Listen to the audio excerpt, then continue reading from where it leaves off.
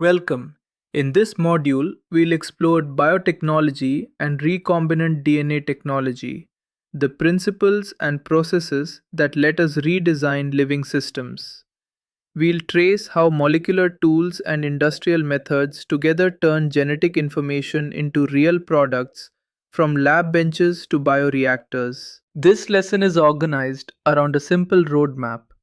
First, the definitions and scientific basis, then the tools used in recombinant DNA technology, enzymes, vectors, and host organisms, followed by the key processes like PCR and gene insertion, and finally, the products and how they are processed for use. At its core, modern biotechnology uses biology to solve practical problems.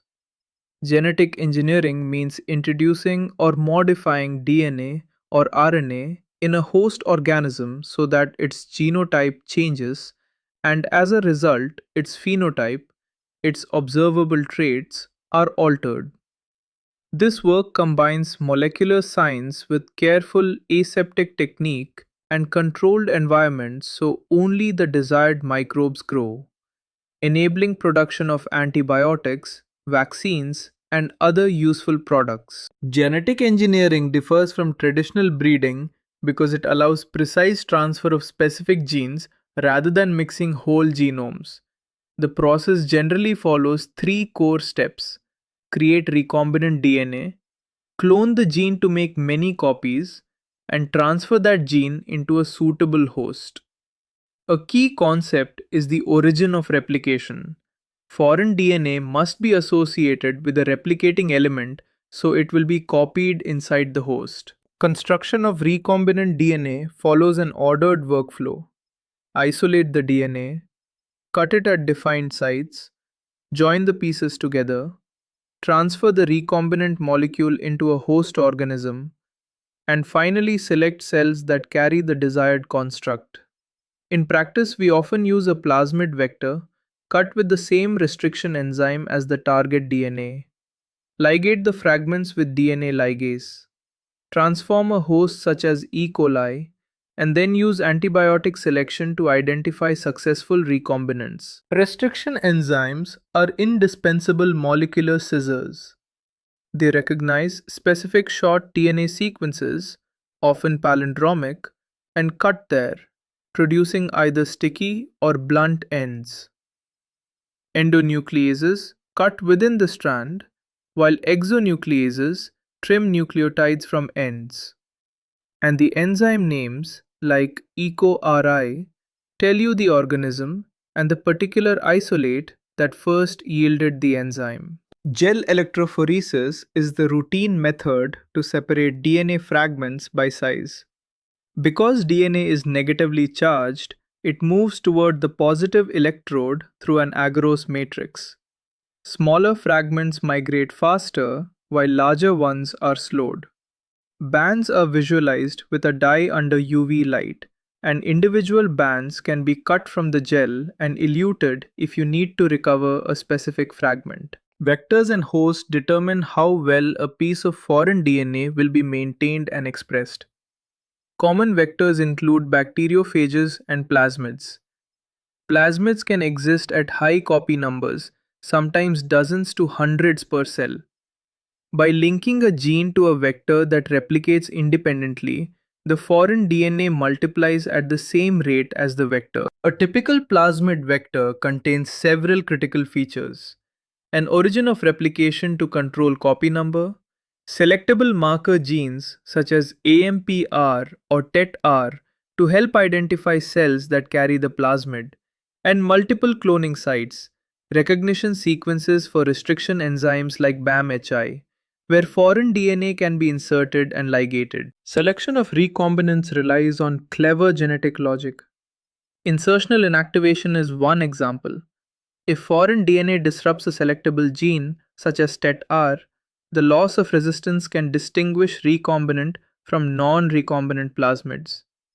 Another common approach is blue-white screening, where insertion into the LAC-Z gene inactivates beta-galactosidase, so recombinants produce white colonies while non-recombinants are blue. For adding genes to whole organisms, we use different vectors and delivery methods. In plants, Agrobacterium tumefaciens and its TI plasmid, after removing tumor forming genes, can be used to transfer DNA into plant genomes.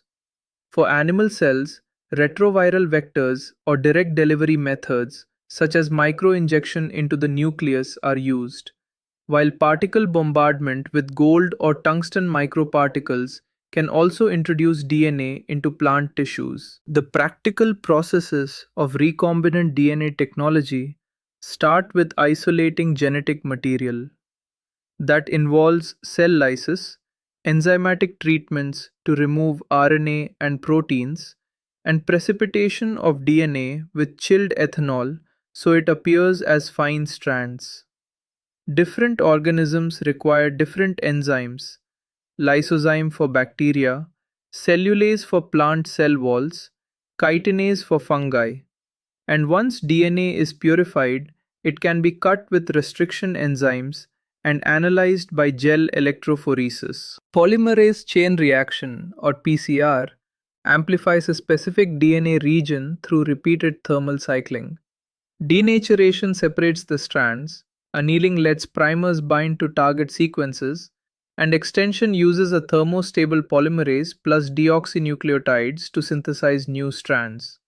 Using a heat-stable enzyme like Taq polymerase from Thermus aquaticus, 30 cycles can turn a single copy into on the order of a billion copies, providing a rapid source of material for cloning or analysis. Once the foreign gene is expressed, obtaining the final product requires both upstream cultivation and downstream processing. Bioreactors provide controlled environments, pH, temperature, dissolved oxygen, and mixing, so cells produce the desired molecule. Downstream steps include pH adjustments, sterilization, separation and purification, and rigorous quality control and clinical testing before a market ready product emerges. To recap, genetic engineering follows an integrated workflow.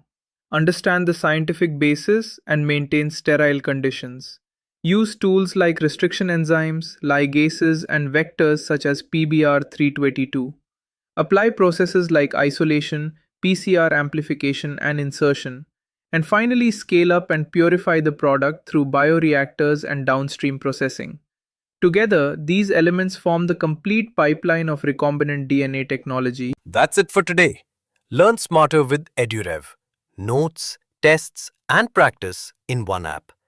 Download EduRev now on Play Store and App Store and keep learning every day.